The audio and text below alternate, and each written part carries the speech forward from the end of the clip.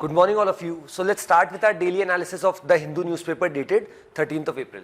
So on the first page, the news on the extreme left-hand side, what the title says, consumer inflation slides below 6% mark for first time this year. So what is inflation? Inflation is basically rise in the price of a commodity या फिर जिसको हम महंगाई बोलते हैं. So पिछले महीने की अगर बात की जाए दैट इज मार्च 2022 की, तो अभी तक का अगर हम देखें तो अभी तक अगर हमारा इन्फ्लेशन की बात की जाए तो रफली मोर देन 6% हमारा रहा है. और जो हमारे यहाँ का टारगेट भी था दैट इज 6.5% तक, even after seeing all the situation which has been going on in India, but फिर भी हमारा इन्फ्लेशन उससे ज़्यादा रहा, दैट इज 6.66%. बट अब यहाँ पे मार्च 2022 पिछला महीना ऐसा रहा जहाँ पे जो हमारा इन्फ्लेशन है वो काफ़ी कम हुआ, दैट इज नियरली 5.66%, जो अपने आप में बहुत कमेंडेबल है. और इसी के साथ साथ अगर हम देखते हैं तो पिछले 15 महीने में ऐसा 3 ही बार हुआ है कि जब हमारा इन्फ्लेशन जो हमारा कह सकते हैं कि 6% का जो मार्क है उससे बिलो रहा है. अदरवाइज जो इन्फ्लेशन रहा है वो 6% से ज़्यादा ही रहा है. और इसी वजह से जो हमारी मॉनेटरी पॉलिसी कमेटी होती है जो डिसाइड करती है कि हमारे देश में repo rate, reverse repo rate, जितनी भी रेट्स है, बैंक रेट, ऐसे CRR, SLR, उनको जो that is monetary policy committee जो इसको डिसाइड करती है, उनके पास भी यही टारगेट रहता है कि जो इन्फ्लेशन है उसको 2% से लेके 6%, मतलब 2% से लेके 6% तक के बीच में रखा जाए. बट पिछले कुछ समय से जब से हमने कोविड यहाँ पर देखा, देन उसके बाद सिचुएशन हमने रशिया यूक्रेन वॉर की देखी, जब फूड, फ्यूल, फर्टिलाइजर की कमी आ गई, तो उसके बाद हमने एक चीज़ देखी कि कंटिन्यूस बेसिस पे इन्फ्लेशन बढ़ता रहा. बट फिर भी हमारी जो गवर्नमेंट के द्वारा जो स्टेप्स लिए गए, RBI के द्वारा जो स्टेप्स लिए गए, उसी का यहाँ पर ये परिणाम है कि जो हमारे यहाँ पे इन्फ्लेशन एक बहुत कह सकते हैं कि बहुत लिमिटेड रहा, even though if you compare it to developed countries या फिर इवन कंट्रीज लाइक पाकिस्तान जहाँ पे इन्फ्लेशन लगभग 35% तक पहुँच गया. तो situation is normal in the country and the way we see the things in the recent past. पिछले महीने की अगर मैं बात करता हूँ मार्च 2023 की, इन्फ्लेशन यहाँ पे बहुत कम हुआ है, जो कि बहुत अच्छी बात है. और इसका एक और सबसे बड़ा रीज़न यहाँ पे ये भी रहा कि जो रेपो रेट थी उसको भी यहाँ पे कंट्रोल किया गया और 6.5% पे ही कंट्रोल में रखा गया. तो उसका भी कहीं ना कहीं मायना है कि लोगों में कहीं ना कहीं एक बेटर चीज़ है कि क्योंकि अदरवाइज अगर और ज़्यादा रेपो रेट करंट सिचुएशन में बढ़ जाती तो लोगों की जो EMIs है वो और बढ़ जाती, तो शायद उसका इम्पैक्ट नेगेटिव हो पाता. बट अभी ये जो न्यूज़ आई है दैट इज़ वेरी वेलकमिंग और इसी को यहाँ पे साइड किया गया by the RBI as well.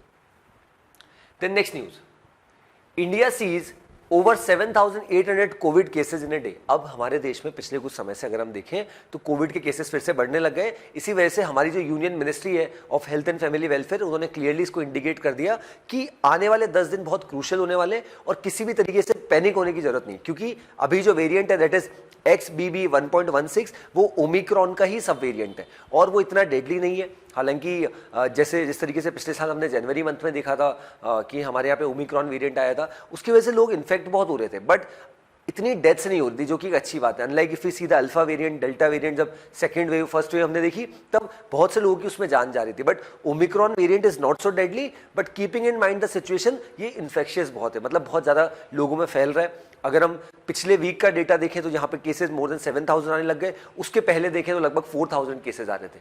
तो इसी वजह से यहाँ पर केसेस जो है ओवरऑल हमारे देश में वो डेफिनेटली यहाँ पर बढ़ रहे हैं. बट यहाँ पे जो हमारे मनसुख एस मंडाविया जी है, union health and family welfare minister, उन्होंने क्लियरली स्टेट कर दिया है कि किसी भी तरीके से घबराने की सिचुएशन नहीं है. और we are already done with the mock drills, जिससे हमें सिचुएशन पता चलेगी सभी जगह क्या सिचुएशन है और अगर कोविड की सिचुएशन बढ़ती है हमारे देश में या केसेस बढ़ते हैं तो कैसे हम उसके लिए प्रिपेयर्ड हैं.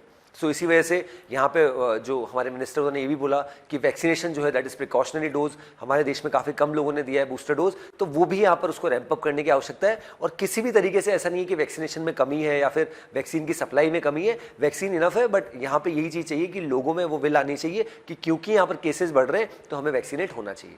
अब ऐसे में यहाँ पर जो सीरम इंस्टीट्यूट ऑफ इंडिया है दैट इज आधार पूनावाला जी, जो उसके जो CEO है, उनका ऐसा मानना है कि कोवोवैक्स जो वैक्सीन है जिसको मान्यता यहाँ पर मिल चुकी है और US और यूरोप में भी वो काफ़ी यहाँ पर कहीं ना कहीं उसको भी वहाँ पर ऑथराइज कर दिया गया है. तो अब हमारे देश में भी लोगों को कोवोवैक्स वैक्सीन यहाँ पर लगानी चाहिए जो बहुत इफेक्टिव है, specially with respect to all these variants.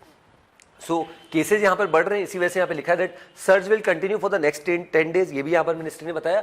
And says health ministry but urges people not to panic as the variant is not triggering severe infection. की लोग इन्फेक्ट तो हो रहे हैं बट इतना सिवियर इन्फेक्शन नहीं हो रहा, तो ऐसे में हमें घबराने की आवश्यकता नहीं है. बट जो भी प्रिकॉशंस है, जो भी मेडिकेशन है, और अगर आपको लग रहा है कि आप कोविड से इन्फेक्टेड है तो आप क्या कर सकते हैं, अपनी जीनोम सीक्वेंसिंग करा सकते हैं ताकि ये डिटेक्ट हो सके कौन सा वेरिएंट है. तो उस पर भी यहाँ पर गवर्नमेंट जोर दे रही है. और अल्टीमेटली गवर्नमेंट का पर्पज यहाँ पर ये है कि जो भी कोविड के केसेस आ रहे हैं उनको जल्द से डिटेक्ट किया जा सके ताकि जो पर्सन इन्फेक्टेड है वो और लोगों में इसको ना इन्फेक्ट कर सके. So that's why this step has been taken. चलिए आगे बढ़ते. City part we can skip.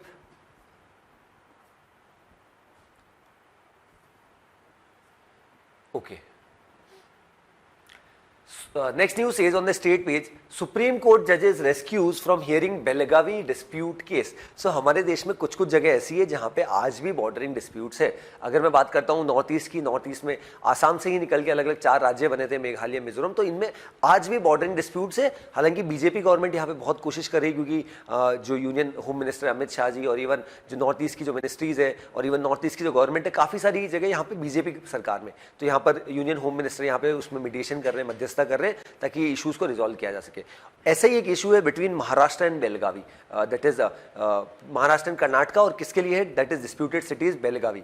अब ये डिस्प्यूट हमने देखा हर बार ये अराइज होता है स्पेशली इन द विंटर्स, क्योंकि यहाँ पे अभी करंट सिचुएशन में ये जो सिटी है बेलगावी, ये किसके पास है, कर्नाटका के पास है. और कर्नाटका क्या करता है, जब जब यहाँ पे विंटर सेशन उनकी असेंबली का होता है, विधानसभा का होता है, तो एक सत्र जो है वो वहाँ पे बेलगावी सिटी में रखता है और उसको महाराष्ट्र बार बार अपोज करता है कि ये जो जगह डिस्प्यूटेड है वहाँ पे आप कैसे कर सकते हैं.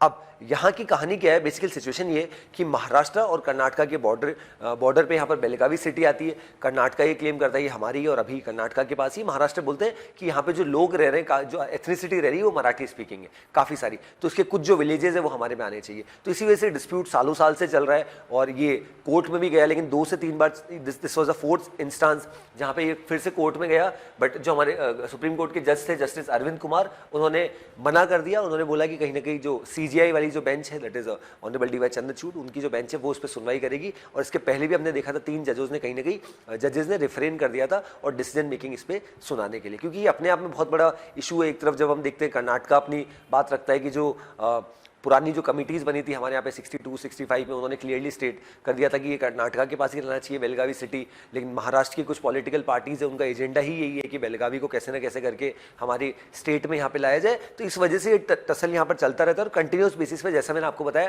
कि विंटर सेशन ऑफ पार्लियामेंट में इशू और बढ़ जाता है, जब लगभग in the month of November December every year इस इशू को और ज़्यादा यहाँ पर बढ़ा चढ़ा के दिखाया जाता है. चलिए आगे बढ़ते हैं. Yes, on the editorial page today we'll be discussing 2 editorials and 1 opinion. So what the title says, corporate power and Indian inflation. So यहाँ पे ऑथर ने बात की है जो हमारे RBI के डेप्यूटी गवर्नर है मिस्टर विरल आचार्य, उनके द्वारा एक रिसेंटली एक स्टेटमेंट दिया गया. ये स्टेटमेंट किससे रिलेटेड था, इन्फ्लेशन से रिलेटेड. और इन्फ्लेशन से रिलेट करते हुए उन्होंने स्टेटमेंट क्या दिया उसको मैं बताता हूँ. दैट इज यहाँ पे उन्होंने बोला कि विरल आचार्य जी, जैसे मैंने आपको बताया, उन्होंने एक स्टेटमेंट दिया that unlike in the west where it abated with कोविड-19, core inflation remains elevated in India. मतलब वो थोड़ा थोड़ा बढ़ता गया. और this he ascribes to be pricing power of 5 big corporates. अब उन्होंने उसको कहीं ना कहीं 5 बड़े कॉर्पोरेट्स की बात की. अब यहाँ पे ऑथर ने भी अपने 5 पॉइंट दोनों ऑथर्स ने दिए कि हमारे देश में जो इन्फ्लेशन होता है, कोर इन्फ्लेशन, महंगाई जो होती है, उसमें 5 सबसे बड़े जो कॉर्पोरेट्स है, इंडस्ट्रीज है, उनका बहुत बड़ा योगदान है. तो उसके क्या रीजंस है, क्या हो सकता है, क्या नहीं हो सकता, वो ऑथर ने पॉइंट बाय पॉइंट यहाँ पर बताया. उसका क्या मायना है उसको भी यहाँ पर, क्योंकि जैसे ही विरल आचार्य जी का स्टेटमेंट आया तो काफ़ी सारी जो स्पेशली इकोनॉमिक जो न्यूज़ यहाँ पर कवर करते हैं, इकोनॉमिक रिपोर्टर्स होते हैं, उन्होंने बहुत इसको बढ़ा चढ़ा के यहाँ पर कहीं ना कहीं बताया और अपनी बात रखी कि विरल आचार्य जी का ये स्टेटमेंट क्लियरली यहाँ पर ये हाईलाइट करता है कि कोर इन्फ्लेशन में टॉप 5 या बिग इंडस्ट्रियलिस्ट का, कॉर्पोरेट्स का बहुत बड़ा यहाँ पर हाथ है कि हमारे देश में कितना इन्फ्लेशन यहाँ पर रहता है. अब पॉइंट बाय पॉइंट आते हैं. जैसे मैंने आपको बताया कि यहाँ पर क्या बात करी, दैट इज 5 कमेंट्स यहाँ पे ऑथर ने साइड के. First comment, a divergence between inflation rate in India and the rest of the world is not new. कोई नई बात नहीं. हमने यहाँ पे ऑथर ने ग्लोबल इकोनॉमिक क्राइसिस जो 2008 में हुई थी, लेमन ब्रदर्स वाली, उसको यहाँ पर साइड किया. Then as a global financial crisis of 2008, Indian inflation surge, Bharat में तो बढ़ा था, reaching levels higher than its epicentre namely the economies of US and UK. मतलब उस समय 2008 का जो इकोनॉमिक क्राइसिस था, ग्लोबल इकोनॉमिक क्राइसिस, तब भारत में इन्फ्लेशन, महंगाई, यहाँ से जहाँ यूएस में ये इंसिडेंट हुआ था, दैट इज लीमन ब्रदर्स वाला, यूएस और यूके से भी ज्यादा महंगाई हमारे देश में, भारत में थी। Then, this was due to surge in food price inflation in India driven by negative agricultural shocks and high procurement price hikes. As food price inflation tends to feed into core inflation, it would be hasty to conclude that Indian inflation is higher than in the West today due to corporate pricing power. अब यहाँ पे author ने अपना पहला यहाँ पर point रखा है कि भले ही 2008 का यहाँ पे ऑथर ने साइड किया, बट ऑथर का ये मानना है कि this is not the right thing कि हम उसको बेस लेके माने कि कॉर्पोरेट्स यहाँ पे बहुत बड़ा रोल प्ले करते हैं with respect to change in core inflation. Second point, यहाँ पे ऑथर ने क्या साइड किया, that is the argument that corporate power underlies elevated core inflation is based on an observation of somewhat short term period. ठीक है, it is true that while wholesale price inflation has eased very considerably in the 6 months preceding March, so author का यहाँ पर ये site है, यहाँ पर ये कहना है कि बेसिकली यहाँ पर जिस तरीके से इन्फ्लेशन बढ़ा है उसमें यहाँ पर हम सबसे बड़ा रीजन यहाँ पर कहीं ना कहीं टाइम पीरियड को दे रहे हैं, that is this for a shorter run और ए लॉन्गर रन। बिकॉज अगर हम पिछले कुछ समय से देखें the way things are changing in India, तो ऐसे में यहाँ पर हम दोनों चीज का यहाँ पर कहीं ना कहीं उसको फेस कर रहे हैं, दैट इज शॉर्ट टर्म यहाँ पे इशूज भी एंड लॉन्ग टर्म भी with respect to economic situation. तो ऑथर ने इस पॉइंट को भी यहाँ पर हाईलाइट किया। देन थर्ड पॉइंट की अगर मैं बात करता हूं तो यहां पे ऑथर ने बोला that is attributing elevated core inflation in consumer prices as wholesale price falls to pricing power of the big five assume that these conglomerates have a high presence in retail trade. that ये clearly यहाँ पर specify करता है अगर 5 बड़े corporate आपके देश की रिटेल इन्फ्लेशन को यहाँ पर कहीं ना कहीं अगर कहीं ना कहीं हैम्पर कर रहे हैं या उसको कंट्रोल कर रहे हैं, तो ऐसा बताया जा सकता है कि इन सेक्टर्स में, दैट इज स्पेशली यहाँ पे रिटेल ट्रेड जो सेक्टर हो जाता है या डेली कंज्यूमेबल्स एसेंशियल्स की अगर बात की जाए तो उनमें उनका बहुत बड़ा योगदान है, या हो सकता है कि वो बहुत बड़े प्लेयर्स इन सेक्टर्स में यहाँ पर हो सकते हैं।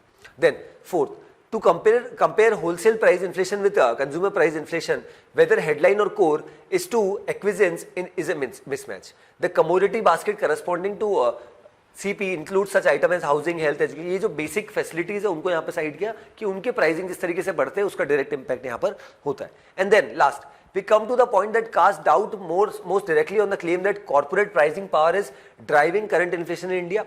At present we have data for only the first 3 quarters. However, in all of them, over 75% of the direct contribution is by sectors with big 5. अब देखिए यहाँ पे ऑथर ने क्लियरली साइड किया कि अगर, हालांकि हमारे पास डेटा पिछले 3 क्वार्टर्स का ही है क्योंकि जो 4th क्वार्टर है दैट इज जनवरी 2023 से मार्च 2023, उसका डेटा अभी तक बाहर नहीं है। बट अगर पिछले 9 महीने का, उसके पहले अगर हम डेटा देखें अप्रैल 2022 से दिसंबर 2022, तो वो क्लियरली यहाँ पर मेंशन करता है कि जिस तरीके से इन कंपनीज का जो big corporate, top 5 big corporates है, उनका मोर देन 75% का कॉन्ट्रीब्यूशन, तो डेफिनेटली यहाँ पर हमारे देश में जो कोर इन्फ्लेशन है उसको कंट्रोल करने में यहाँ पर इन बड़ी कंपनीज का यहाँ पर डेफिनेटली बहुत बड़ा रोल रहता है।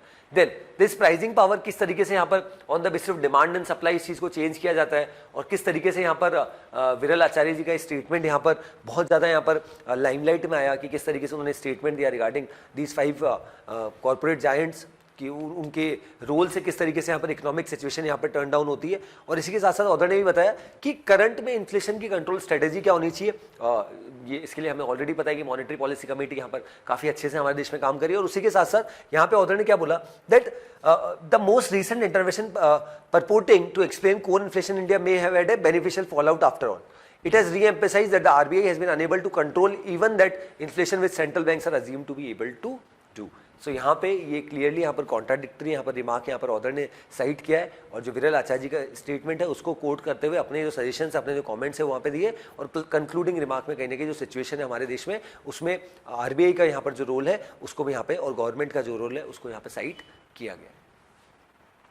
Then second editorial, India must board the online dispute resolution bus. So यहाँ पे ऑथर ने बात की है कि हमारे पास एक बहुत अच्छी अपॉर्चुनिटी है कि किस तरीके से हम जितने भी इश्यूज है, क्योंकि जिस तरीके से इंटरनेट का यूसेज बढ़ रहा है, काफी सारी चीजें हो रही है, तो इसमें ODR that is online dispute resolution अपने आप में बहुत बड़ा रोल यहाँ पर प्ले कर सकता है। स्पेशली आफ्टर, अगर ऑथर ने बात की जब से LPG पॉलिसी हमने यहाँ पे 1991 में हम लेके आए, और उसके बाद जिस तरीके की सिचुएशन हमारे देश में हो रही है, तो ऑनलाइन डिस्प्यूट रेजोल्यूशन से क्या होगा कि जो इशूज है उनको सॉल्व करने में बहुत ईज हो जाएगा। अदरवाइज अभी हम जिस तरीके से यहाँ पर पेंडेंसी ऑफ केसेस देखते हैं वो अपने आप में बहुत ज़्यादा बढ़ जाता है। अभी हमारे जो यूनियन लॉ मिनिस्टर है मिस्टर किरण रिजिजू, उन्होंने यहाँ पर दिल्ली आर्बिट्रेशन वीकेंड जो फरवरी 2023 में हुआ था वहाँ पे काफ़ी सारी अपनी बात रखी, किस तरीके से हम चीज़ें चेंज कर सकते हैं और किस तरीके से पिछले कुछ सालों में जो वर्ल्ड बैंक की ease of doing business report, हालांकि अब तो बंद हो गई है क्योंकि वहाँ उस समय की जो वर्ल्ड बैंक की चीफ थी क्रिस्टिना जॉर्जिवा, जो भी IMF की चीफ है, उनके पर काफ़ी एलिगेशन लगे कि उन्होंने चाइना, सऊदी अरेबिया, कुछ देशों की रैंकिंग को इन्फ्लेट किया।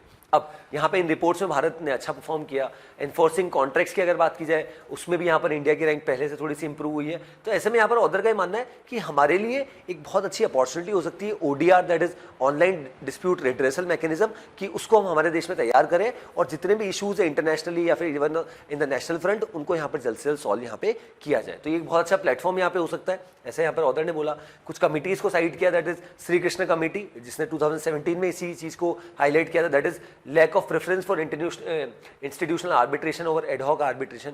आर्बिट्रेशन इज बेसिकली अगर दो लोगों में झगड़ा हो रहा है तो आपने क्या किया, एक पर्सन को, मीडिएटर को यहाँ पर बुला दिया और वो कहीं ना कहीं आपके इशू को रिजॉल्व कर रहा है। बट यहाँ पे क्या हो रहा है, ये पूरा इशू जो है ये ऑनलाइन ODR के मैकेनिज्म से, that is online dispute resolution के मैकेनिज्म से यहाँ पे सॉल्व किया जा रहा है। देन अब यहाँ पे ऑदर ने इस चीज़ को भी साइड किया कि हम जिस तरीके से the way things are changing, जिस तरीके से हम टेक्नोलॉजिकल एडवांसमेंट बहुत हो रहे हैं हमारे देश में, जो कि बहुत अच्छी बात है। तो ऐसे में यहाँ पर टेक्नोलॉजी बहुत अच्छा टूल हो सकता है कि हम इस सेक्टर में बहुत अच्छे से काम करें और आने वाले समय में we can lead from the front. ऐसे में हमारे यहाँ के बहुत सारे ऑलरेडी ऑर्गेनाइजेशन है, जैसे नीति आयोग यहाँ पे एक बहुत बड़ा रोल यहाँ पे प्ले कर सकता है, ऐसा यहाँ पर ऑदर ने साइड किया। उसी के साथ साथ यहाँ पे दूसरे कुछ ऑर्गेनाइजेशन जो है वो भी इवन प्राइवेट प्लेयर्स के बाद एक बहुत बड़ा प्लेटफॉर्म है, किस तरीके से ODR सेक्टर में यहाँ पे ऑनलाइन डिस्प्यूट रेजोल्यूशन मैकेनिज्म को यहाँ पे लाया जाए। और अल्टीमेटली हमारा पर्पज यहाँ पर है कि जितने भी इश्यूज है डिजिटली उनको यहाँ पर रिजॉल्व किया जाए। ऐसे में यहाँ पर ऑदर ने ONDC को भी हाईलाइट किया, NPCI के रोल को हाईलाइट किया, RBI के रोल को हाईलाइट किया। ONDC की अगर मैं बात करूं, अब आने वाले समय में the government is planning for single platform, जहां पे आप देखते हैं अभी अगर हमें E-कॉमर्स से अगर कुछ खरीदना है, अमेजॉन, फ्लिपकार्ट, तो ऐसे में आज कहीं ना कहीं इन प्लेटफॉर्म्स की यहाँ पर हेजिमनी हो चुकी है, मार्केट में शेयर बहुत है, मोनोपोली डुओपोली की सिचुएशन है। तो ऐसे में यहाँ पर क्या किया जा रहा है, open network for digital commerce ONDC, जिसका यहाँ पर पायलट प्रोजेक्ट हमारे देश में चालू कर दिया गया है। दैट मीन्स एक सिंगल प्लेटफॉर्म रहेगा जिसके तहत जितने भी सेलर्स हैं वो वहाँ जाके अपना प्रोडक्ट अपलोड कर सकते हैं और जितने भी बायर्स हैं उनको अमेजॉन, फ्लिपकार्ट अलग अलग ऐप्स इंस्टॉल करने की जरूरत नहीं, they can directly go to open ONDC platform और वहाँ से वो अपनी शॉपिंग कर सकते हैं। तो इसकी भी शुरुआत यहाँ पे कर दी गई है after the success of UPI। जिस तरीके से हमारे देश में सक्सेसफुल रहा, तो अब गवर्नमेंट यहाँ पर ये चाह रही है कि ONDC को भी हमारे देश में यहाँ पर लॉन्च किया जाए। इसी के साथ साथ किस तरीके से और यहाँ पे तीन चीज़ों को और यहाँ पे ऑदर ने हाईलाइट किया, क्या स्टेप्स और लिए जा सकते हैं। पहला, that incentivises use of ODR by way of legislative measures such as setting ODR as a default dispute resolution tool for categories of disputes arising out of online transaction. Second, solving infrastructural challenges curb the digital divide and catalyze ODR's growth by optimizing existing setups such as Aadhaar Keens to also function as ODR kiosk। और lastly यहाँ पर बताया कि government department should explore ODR as a grievance redressal mechanism. Proactive use of ODR by government entities will not only increase trust in the process but also ensure that citizens have access to convenient and cost effective means of resolving dispute within the government. So यहाँ पे other ने इस चीज को clearly highlight किया कि ODR एक बहुत अच्छा प्लेटफॉर्म हो सकता है, किस तरीके से, और इसमें प्राइवेट प्लेयर्स किस तरीके से रोल यहाँ पे प्ले कर सकते हैं। अल्टीमेटली पर्पज ये रहेगा कि जितने भी डिस्प्यूट्स हो रहे हैं उनको जल्द से जल्द रिजॉल्व किया जाए। और इसी के साथ साथ ऑदर ने जिस तरीके से सिंगापुर आर्बिट्रेशन सेंटर अपने आप में बहुत बड़ा यहाँ पर रोल प्ले करता है, इंटरनेशनल बहुत सारे डिस्प्यूट्स होते हैं उनको रिजॉल्व किया जाता है, तो इसमें भारत के लिए भी एक अपॉर्चुनिटी यहाँ पे, और इंडिया की टेक्नोलॉजी, काफ़ी सारे ऑर्गेनाइजेशन काफ़ी कुछ सेक्टर्स में यहाँ पर काम कर रहे हैं, तो वो यहाँ पे फैसिलिटेट कर सकते हैं in this sector of ODR, that is online dispute redressal mechanism. अब फर्स्ट ओपिनियन पढ़ते हैं, that is about Covid. Ready or not, health system must gear up to face the fresh rise in COVID-19 cases। so यहाँ पे other ने side किया सबसे पहले तो कि किस तरीके से हमारे देश में केसेज यहाँ पर बढ़ रहे हैं कोविड के। अगर हम पिछले कुछ समय से बात करें, हमने ऑलमोस्ट पिछले अगर कुछ वीक्स को अगर कंपेयर करें, हमने डबल द केसेज देखे, मतलब केसेज ऑलमोस्ट डबल यहाँ पर हो गए। और स्पेशली कुछ स्टेट्स को भी साइड किया गया जहाँ पे केसेज बढ़ते जा रहे हैं। बट ऑदर ने यहाँ पर ये बोला कि भले ही यहाँ पर केसेज बढ़ रहे हैं, सिचुएशन जो है गवर्नमेंट अपनी तरफ से प्रयास करी, बट यहाँ पे लोगों को भी बढ़ चढ़ के यहाँ पर हिस्सा लेना चाहिए, specially with respect to precautionary dose, और इवन ध्यान भी रखना चाहिए with respect to medication, with respect to mask, with respect to sanitisers. और इसी के साथ साथ ऑर्डर ने इस चीज़ को भी साइड किया कि पिछले कुछ समय से जिस तरीके से यहाँ पर केसेस बढ़ रहे हैं, तो ऐसे में यहाँ पे काफ़ी सारी इंस्टीट्यूशन, काफ़ी सारी ऑर्गेनाइजेशन, इवन कुछ स्टेट गवर्नमेंट भी अपने लेवल पे काफ़ी स्टेप्स ले रही है। इवन कुछ स्टेट गवर्नमेंट ने स्कूल कॉलेज की यहाँ पर जो है हॉलीडेज भी यहाँ पर अनाउंस कर दिया, बिकॉज कोविड के केसेज यहाँ पर बढ़ रहे हैं। बट यहाँ पे ऑर्डर ने इस चीज़ को भी साइड किया कि भले यहाँ पे केसेज हमें बढ़ रहे हैं, हमें पैनिक नहीं होना, बट यहाँ पे गवर्नमेंट को और ज़्यादा सतर्क यहाँ पर होने की आवश्यकता है, ताकि आने वाले समय में अगर केसेज बढ़े तो हम ऑपरेशनली यहाँ पर तैयार रहें और एकदम से पैनिक वाली सिचुएशन हमारे देश में ना हो जाए। तो इसी चीज़ को यहाँ पर ऑर्डर ने साइड किया है, ताकि जो पहले जो सिचुएशन हुई थी उसको रोका जा सके। और इस चीज़ को भी ऑर्डर ने साइड किया कि दोस्त person who are comes under the category of senior citizens, या जो already people with having comorbidities, दूसरी बीमारियां हैं, तो वो लोग क्या करें, सबसे पहले प्रिकॉशनरी डोज लें और अपना ध्यान रखें। अदरवाइज जो सिचुएशन है पिछले कुछ समय से केसेस हमारे देश में बार बार बढ़ते जा रहे हैं।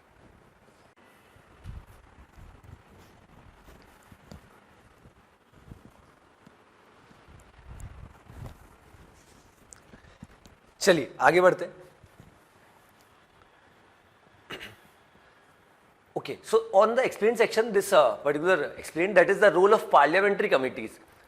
Due to the sheer volume of information and scale of operation that the Indian Parliament is required to undertake, it is not feasible to take up all issues on the floor of the House. Thus, parliamentary committees are constituted to delve deeper into matters of public concern and develop expert opinion. So यहाँ पे order ने इस particular explain की अगर बात करूँ तो US के एक पर्सन है, उनके द्वारा कुछ कोट किया गया था विद रिस्पेक्ट टू कमिटीज, उनको साइड किया गया। अब यहाँ पे अगर मैं बात करता हूँ, आपने देखा होगा काफ़ी बार हमारे यहाँ पे लोकसभा, राज्यसभा, काफ़ी सारे बिल्स यहाँ पर पास होते हैं, बट जहाँ जहाँ पे भी जो मेंबर ऑफ पार्लियामेंट है उनको इश्यूज लगते हैं, उनको लगता है कि ये सही नहीं है, तो हमारे यहाँ पे कुछ कमिटीज़ होती है जिनको जेपीसीज बोला जाता है, that is joint parliamentary committee. इसका बेस्ट एग्जांपल आपने देखा होगा जब अडानी एंटरप्राइजेस के ऊपर जिस तरीके से हिंडनबर्ग रिसर्च ने कुछ एलिगेशंस लगाए थे, उसके बाद जो कांग्रेस पार्टी वो बार बार यहाँ पे, और इवन जो अपोजिशन पार्टीज है वो लोकसभा और राज्यसभा, जो कि हमारा लोअर हाउस ऑफ पार्लियामेंट और अपर हाउस ऑफ पार्लियामेंट है, वहाँ पे बार बार इस चीज़ को डिमांड कर रहे थे कि यहाँ पर क्या होना चाहिए, जेपीसी बननी चाहिए। जीपीसी का मतलब हो गया कि कुछ मेंबर ऑफ पार्लियामेंट जो ऑलरेडी लोकसभा, राज्यसभा में है और जो ऑलरेडी ऐसा नहीं केवल बीजेपी पार्टी के रहेंगे, सभी पार्टी, पॉलिटिकल पार्टी के यहाँ पे रहेंगे, तो अल्टीमेटली वो उसका गहन मतलब अच्छे से यहाँ पर जांच करेंगे अल्टीमेटली इशू क्या है। तो बहुत मुखरता से मैं अगर मैं बताऊँ कि कांग्रेस पार्टी बहुत कोशिश कर रही थी कि जेपीसी यहाँ पर बनाई जाए, बट यहाँ पे किसी भी तरीके से यहाँ पे ना तो स्पीकर ओम बिरला जी, ना ही राज्यसभा के चेयरमैन जगदीप धनखड़ जी ने ऐसा बताया कि हम यहाँ पे इसके लिए सहमत हैं। अब अल्टीमेटली ये बनाई क्यों जाती है, ताकि कोई कुछ ऐसे इश्यूज है पब्लिक कंसर्न के जिनके ऊपर बहुत जल्दी अगर हो सकता है लोकसभा राज्यसभा में वॉइस नोट के थ्रू यहाँ पर बिल पास हो गया, बट यहाँ पे there certain member of parliament या कुछ लोगों का ऐसा मानना है कि सही नहीं है, तो ये रेफर किया जाना चाहिए कहाँ पे, जॉइंट पार्लियामेंट्री कमेटी। इसका बहुत अच्छा एग्जाम्पल है digital personal data protection bill, जो समय समय पर हम देख रहे हैं कि जिस तरीके से फिर से वो वापस से वहाँ पे गया, और अभी करंट सिचुएशन में यहाँ पे जेपीसी यहाँ पर फॉर्म्ड हो चुकी है और वो पूरा उसको लीड यहाँ पे कर रहे हैं। अब यहाँ पे ऑर्डर ने इस चीज़ को भी हाईलाइट किया कि इतना इजी नहीं होता, क्योंकि जब आप लोकसभा राज्यसभा में इतनी सारी प्रोसीडिंग्स चल रही होती है, ऐसे में कुछ बिल आ गया, उसका क्या इंपैक्ट होगा, क्या रिपरकशन होगा लोगों के लिए, क्या बेनिफिशियल होगा, नहीं होगा, इस वजह से ही यहाँ पे जेपीसी बनाई जाती है। और उसका अल्टीमेट पर्पज ये होता है कि उनको एक लिमिटेड टाइम फ्रेम मिल जाता है, उस टाइम फ्रेमवर्क में वो अपना काम करके और फाइनली जो अपनी रिसर्च होती है उसको बाहर यहाँ पे करते हैं। तो यही this was all about this joint parliamentary committee. You can read about this and you will get the clarity कि बेसिकली होता क्या है। बट ये कमिटीज चीज़ों को, कुछ सर्टेन बिल्स यहाँ पे लाए जाते हैं या ऑर्डिनेंस यहाँ पर लाए जाते हैं बाय प्रेसिडेंट, तो उनके ऊपर थोड़ा सा विचार विमर्श करके उसके ऊपर अपनी रिपोर्ट प्रस्तुत करती है। चलिए आगे बढ़ते हैं। Next news, 4 jawans shot dead in Bathinda military station. So recently कल ही हमने ये इंसिडेंट देखा जहां पे जो 4 जवान हैं हमारे कह सकते हैं इंडियन आर्मी के, उनकी यहाँ पर जान चली गई। अब बेसिकली भटिंडा में इंसिडेंट हुआ क्या और क्यों यहाँ पर बार बार ऐसा आ रहा है, this is basically a fratricidal incident. So what is this fratricidal incident? इसका मतलब ये होता है कि यहाँ पे पंजाब पुलिस यहाँ और इंडियन आर्मी इसकी इन्वेस्टिगेशन पूरा यहाँ पर कर रही है, बट पंजाब पुलिस ने इस चीज़ को क्लियर कर दिया कि ये टेररिस्ट अटैक नहीं है। जब भी ऐसा कुछ आर्मी पर अटैक होता है हमें समझते हैं कि ये टेररिस्ट के द्वारा कुछ किया गया है, बट इस बार क्लियरली यहाँ पर पंजाब पुलिस ने बोल दिया this is not a terrorist related activity. अब यहाँ पे हुआ क्या है, what is this fratricidal incident? इस इंसिडेंट का मतलब ये होता है कि जो लोग ऑलरेडी आर्मी में काम कर रहे हैं, हो सकता है कि वो मेंटली थोड़े से कुछ लोग ऐसे हो जो मेंटली मेंटली जो सिचुएशन हो, मेंटल स्ट्रेस में हो, प्रॉपर फूड नहीं मिला हो, प्रॉपर क्लोथिंग नहीं हो, काफ़ी सारे इशूज होते हैं, मेंटल स्ट्रेस हो सकता है, फैमिली इशूज हो सकते हैं, डिप्रेशन में हो सकते हैं। तो इस वजह से रिसेंटली क्या हुआ था, पिछले कुछ समय पहले अगर मैं बात करूं तो भटिंडा यहीं पे ही जो हमारा मिलिट्री बेस है, यहाँ से कुछ जो गोलियां हैं वो यहाँ से चोरी हो गई थी। तो उस समय ऐसा बताया जा रहा था। और हमारे यहाँ पे इंडियन गवर्नमेंट की या इंडियन आर्म्ड फोर्सेज की अगर बात करें तो एक एक गोली का हिसाब यहाँ पे दिया जाता है कि अगर कोई चोरी हो गई तो उसका संज्ञान लिया जाता है। और जब रिसेंटली ये इंसिडेंट हुआ था तब उसके ऊपर FIR भी कर दी गई थी। तो क्या हुआ था, कितनी यहाँ पर गोलियां चोरी हुई। अब क्या हुआ, ऐसे में यहाँ पर देवर 2 पर्सन उनको आइडेंटिफाई किया और उन्होंने यहाँ पर क्या किया, हमारे इंडियन आर्मी के 4 जवानों को यहाँ पर वीरगति को वो प्राप्त हो गए। तो अल्टीमेटली इसी वजह से यहाँ पे इसको फ्रेट्रिसिडल इंसिडेंट यहाँ पर बताया जा रहा है। और पंजाब पुलिस और इंडियन आर्मी, जैसे मैंने आपको बताया कि पूरा इस इंसिडेंट को यहाँ पर चेक कर रही है, बट इस चीज़ को पंजाब पुलिस ने क्लियरली साइड कर दिया कि ये टेररिस्ट रिलेटेड एक्टिविटी नहीं है। ये अल्टीमेटली क्या है, दिस इज बेसिकली ये फ्रेट्रिसिडल इंसिडेंट, जहाँ पे जो इंडियन आर्मी के ही कुछ पर्सन ने, 2 पर्सन ऐसा बताया जा रहा है और पूरा इंसिडेंट को यहाँ पर देखा जा रहा है कि इन लोगों के द्वारा ये इंसिडेंट किया गया।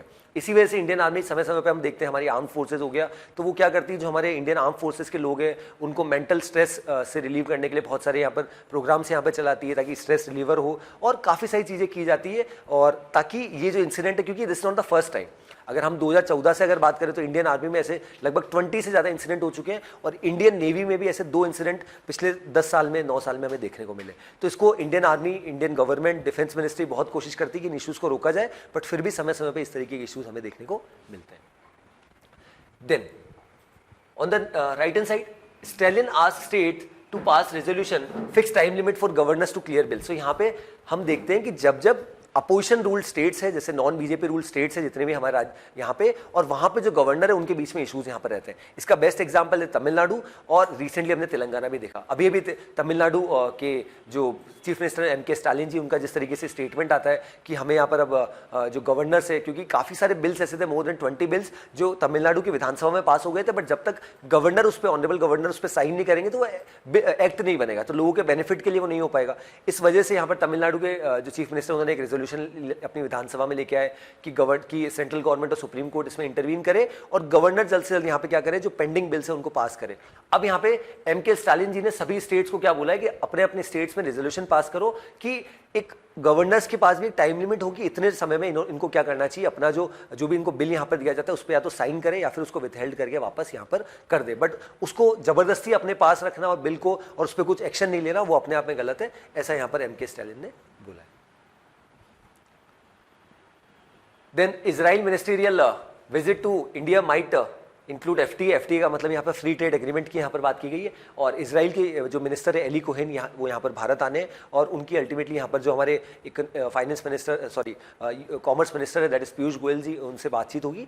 पिछले कुछ समय से हम देखें, हम काफ़ी सारे देशों के साथ फ्री ट्रेड एग्रीमेंट करना चाह रहे हैं। फ्री ट्रेड एग्रीमेंट का सबसे बड़ा फायदा क्या होगा कि हम ट्रेड को फैसिलिटेट कर पाएंगे। We are already in talks with European Union, we are already in talks with lot of countries like Bangladesh, Australia, उनके साथ हम CEPA that is comprehensive economic partnership agreement में जाना चाह रहे हैं, ताकि हमारा जो ट्रेड है उसको और हम यहाँ पे फैसिलिटेट कर सके। तो इसी वजह से यहाँ पे इजराइल की जो मिनिस्टर यहाँ पे आ रहे हैं, और उनसे बातचीत का सबसे अहम मुद्दा यहाँ पर जो है यही रहेगा, दैट इज किस तरीके से फ्री ट्रेड एग्रीमेंट को और फैसिलिटेट किया जाए।